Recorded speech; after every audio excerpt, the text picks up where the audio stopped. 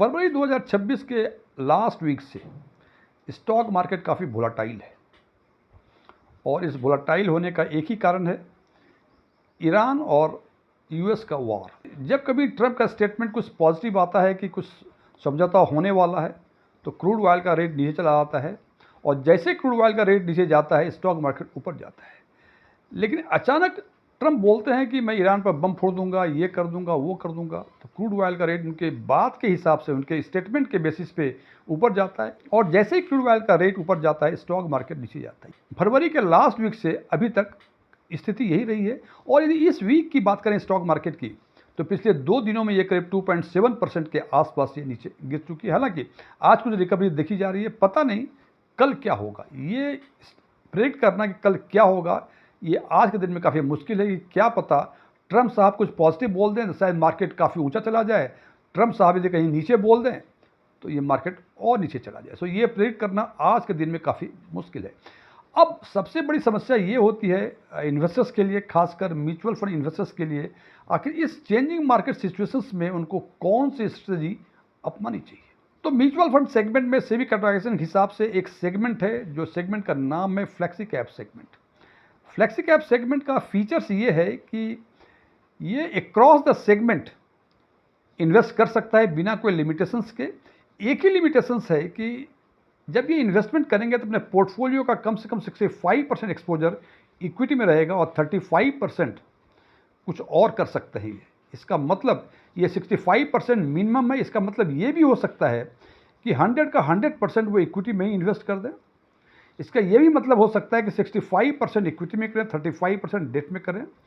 लेकिन सबसे इंपॉर्टेंट बात है कि 65% इक्विटी में ये डिफाइंड नहीं है कि इक्विटी के किस सेगमेंट में, यानी large cap, mid cap, small cap, किस सेगमेंट में क्या लिमिट के हिसाब से इन्वेस्ट करें, ये कोई डिफाइंड नहीं है। इसका मतलब हो सकता है कि केवल लार्ज कैप में ही 100% कर दे, केवल स्मॉल कैप में 100% कर दे, केवल मिड कैप में 100% कर दे। और इस हिसाब से जो फ्लेक्सिबिलिटी फंड मैनेजर को है, ये फ्लेक्सिबिलिटी हेल्प करता है इन्वेस्टर्स को ड्यूरिंग चेंजिंग मार्केट कंडीशंस जो आज के दिन में चल रहा है। लेकिन इसके साथ सबसे बड़ा डिसएडवांटेज क्या है कि इसमें काफ़ी अधिक रिस्क है और ये परफॉर्मेंस जो बताया हमने, परफॉर्मेंस डिपेंड करता है पर्टिकुलर म्यूचुअल फंड स्कीम के फंड मैनेजर के इन्वेस्टमेंट स्ट्रेटजी पे। उदाहरण के तौर पे यदि आज के दिन में तुलना करूं तो एक ईयर का जो ट्रेलिंग रिटर्न है फ्लेक्सी कैप सेगमेंट में सबसे अधिक 10.65 है और सबसे कम -8.12% है। इसका मतलब एक ही सेगमेंट में जो डिफरेंट म्यूचुअल फंड स्कीम्स हैं उसका रिटर्न का जो डिफरेंस है वो 18% के आसपास है। यदि 3 इयर्स के टाइम स्लॉट में बातें करें, हाईएस्ट रिटर्न 21.07 है और लोएस्ट है 1.02%। इसका मतलब जो डिफरेंस है लोएस्ट और हाईएस्ट के बीच ये 20% का डिफरेंस है। 5 इयर्स के टाइम स्लॉट में हाईएस्ट रिटर्न 18.06% और लोएस्ट 6.56%। डिफरेंस जो है हाईएस्ट लोएस्ट के बीच 11.5% के आसपास है। और 10 इयर्स के स्लॉट में हाईएस्ट रिटर्न 18.92% है, लोएस्ट 9.82% है और डिफरेंस है करीब 9% के आसपास। हालांकि 9% आपको लगता है कि बहुत अधिक डिफरेंस नहीं है, लेकिन 10 वर्षों के अंतराल में 9% का डिफरेंस CAGR में जनाब हो सकता है कि फ्लेक्सी कैप सेगमेंट में इन्वेस्ट किया हो, किसी और ने भी किया हो, तो हो सकता है कि एक लखपति बन जाए और एक करोड़पति बन जाए। लाख और करोड़ में जनाब काफ़ी अंतर है, बिकॉज ये डिफरेंस जो 9% का बताया है हमने, ये 10 ईयर्स के टाइम स्लॉट में। तो आज की वीडियो में हमने 3 फ्लेक्सी कैप म्यूचुअल फंड्स को शॉर्टलिस्ट किया है और इसी के बारे में चर्चा करेंगे कि इन 3 फ्लेक्सी कैप म्यूचुअल फंड्स में क्या विशेषताएं हैं, क्या रिटर्न है और कितना एसोसिएटेड रिस्क इन्वॉल्व है इसमें। मैं DM झा, आप देख रहे हैं स्टोन टैक्समैन चैनल। यदि इस वीडियो से आपको कोई नई जानकारी मिले या ये वीडियो आपको अच्छा लगे, इसको लाइक करें, अपने फ्रेंड्स के साथ शेयर करें, कमेंट बॉक्स में यस लिखें और यदि लगे कि इसमें ऐसी कोई जानकारी नहीं है जो पहले से आपको नहीं पता थी या ये वीडियो ही आपको पसंद ना आया हो तो कमेंट बॉक्स में नो लिखें। और यदि आपकी रुचि इन्वेस्टमेंट, खासकर mutual fund investment, direct taxation और बैंकिंग में है और अभी तक आपने मेरे चैनल को सब्सक्राइब नहीं किया है तो मेरे चैनल को सब्सक्राइब करें और ऑल बटन पर क्लिक करें ताकि मेरे सभी नए वीडियो की नोटिफिकेशन आपको लगातार मिलती रहे। उन 3 फ्लेक्सी कैप फंड के बारे में चर्चा करने के पहले मैं ये बता दूं कि इसको हमने शॉर्टलिस्ट कैसे किया है। इस शॉर्टलिस्ट करने में हमने 8 पैरामीटर को यूज़ किया है। 4 पैरामीटर एसोसिएटेड है रिटर्न से और 4 पैरामीटर एसोसिएटेड हैं रिस्क से। रिटर्न पैरामीटर में हमने 1 वर्ष का ट्रेलिंग रिटर्न, 3 इयर्स का CAGR, 5 इयर्स का CAGR और 10 इयर्स का CAGR लिया है। और रिस्क पैरामीटर्स में हमने शार्पे रेशियो, अल्फा, बीटा और स्टैंडर्ड डेविएशन को हमने कंसिडर किया है। और सबसे पहले रिटर्न के बेसिस पे हमने शॉर्टलिस्ट किया है। तो हमने देखा कि 1 ईयर के ट्रेलिंग रिटर्न के बेसिस जो टॉप 10 म्यूचुअल फंड्स हैं, पहले हमने उसको शॉर्टलिस्ट किया। उसके बाद 3 इयर्स के, 5 इयर्स के और 10 इयर्स के टॉप 10 म्यूचुअल फंड्स को शॉर्टलिस्ट किया।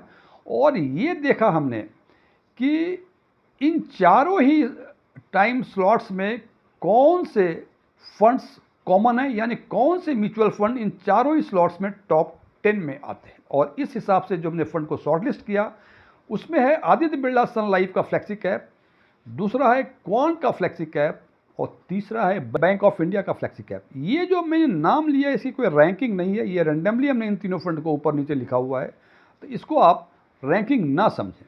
हाँ, हालांकि ये तीनों ही फंड मेरे विचार से काफ़ी अच्छे फंड हैं। अब सबसे पहले हम जो 4 टाइम स्लॉट हैं उसके रिटर्न की बातें करते हैं।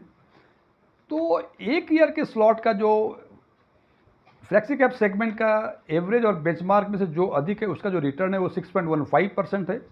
3 इयर्स में 14.86% है, 5 इयर्स में 13.65% है और 10 इयर्स में ये 14.46% है। अब बातें करते हैं सबसे पहले आदित्य बिरला यानी ABSL फ्लेक्सी कैप फंड की। 1 ईयर का इनका रिटर्न या ट्रेलिंग रिटर्न करें 3.99%, 3 वर्षों का 16.56%, 5 वर्षों का 13.13%, 10 वर्षों का 14.11%। क्वांट का 1 वर्ष का 4.8%, 3 वर्षों का 17.29%, 5 वर्षों का 16.47%, 10 वर्षों का 18.92%। बैंक ऑफ इंडिया का 10.65% 1 वर्षों का है, 3 वर्षों का 21.07% है और 5 वर्षों का 17.87% है। 10 वर्ष का, क्योंकि ये 10 वर्ष इस फंड को नहीं हुए हैं इसलिए 10 वर्ष का CAGR अवेलेबल नहीं है। ये तो हुए रिटर्न के बेसिस पे। और इस हिसाब से यदि हम देखें कि यदि इसको एवरेज से कंपेयर करें तो हम देखते हैं कि ABSL जो है वो 1 ईयर, 5 ईयर और 10 ईयर्स के स्लॉट में इसके बेंचमार्क या एवरेज से कम है और क्वांट 1 वर्ष के टाइम स्लॉट में इनका रिटर्न एवरेज या बेंचमार्क से कम है। बाकी बैंक ऑफ इंडिया तीनों ही स्लॉट्स में बेंचमार्क से ऊपर हैं। क्वांट 3 साल, 5 साल और 10 साल के स्लॉट्स में बेंचमार्क से ऊपर हैं और ABSL केवल 3 इयर्स के स्लॉट में बेंचमार्क से ऊपर है। ये बातें तो हुई रिटर्न की। अब यदि रिस्क रेशियो की बातें करें, इसमें हमने 4 लिए हुए हैं, शार्पे, अल्फा, बीटा और स्टैंडर्ड डेविएशन। एक एक लाइन में इन चारों रेशियो के बारे में बता दूं। शार्पे रेशियो मतलब कोई particular fund risk adjusted return कितना दे सकता है, मतलब 1 यूनिट यदि रिस्क लिया तो उससे अधिक कितना वो रिटर्न दे सकता है। अल्फा का मतलब इसके पर्टिकुलर सेगमेंट के बेंचमार्क से कितना अधिक रिटर्न देने की क्षमता रखता है। ये दोनों पॉजिटिव रिस्क रेशियो हैं, यानी ये जितना अधिक म्यूचुअल फंड का होगा वो फंड उतना बेहतर माना जाएगा। जबकि बीटा वोलेटिलिटी को दिखाता है और स्टैंडर्ड डेविएशन बताता है कि जो बेंचमार्क का रिटर्न है, एवरेज रिटर्न है, उससे ये पर्टिकुलर फंड जो रिटर्न देगा वो कितना अधिक डेविएट कर सकता है। और इस हिसाब से देखते हैं कि फ्लेक्सी कैप सेगमेंट का Sharpe ratio, average Sharpe ratio 0.59 है, अल्फा 1.39 है, बीटा 0.97 है और स्टैंडर्ड डेविएशन 15.75 है। और पर्टिकुलर फंड की यदि बातें करें तो आदित्य बिरला का शार्पे रेशियो 0.79, क्वांट का 0.68, बैंक ऑफ इंडिया का 0.88, अल्फा आदित्य बिरला का 3.33, क्वांट का 2.83 और बैंक ऑफ इंडिया का 6.93। बीटा की यदि बातें करें तो ABSL का 0.95, क्वांट का 1.16, बैंक ऑफ इंडिया का 1.11 और स्टैंडर्ड डेविएशन की यदि बातें करें तो ABSL का 19.03, क्वांट का 19.41 और बैंक ऑफ इंडिया का 14.85। अब इन तीनों ही म्यूचुअल फंड के चारों पैरामीटर्स को यदि कंपेयर करें हम उसके एवरेज से, तो हम देखते हैं कि चारों ही फंड का शार्पे रेशियो एवरेज से बेहतर है।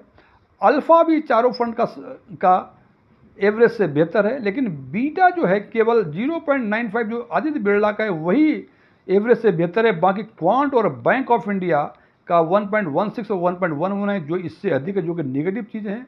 यदि स्टैंडर्ड डेविएशन की बातें करें, केवल एक ही फंड बैंक ऑफ इंडिया है जिनका स्टैंडर्ड डेविएशन एवरेज से कम है, जो कि 14.85 है।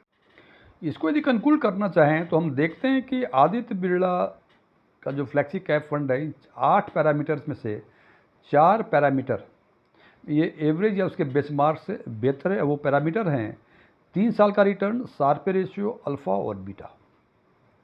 यदि क्वांट की बातें करें तो ये 8 में से 5 पैरामीटर्स में ये उस फ्लेक्सी कैप के एवरेज या उसके बेंचमार्क से बेहतर है।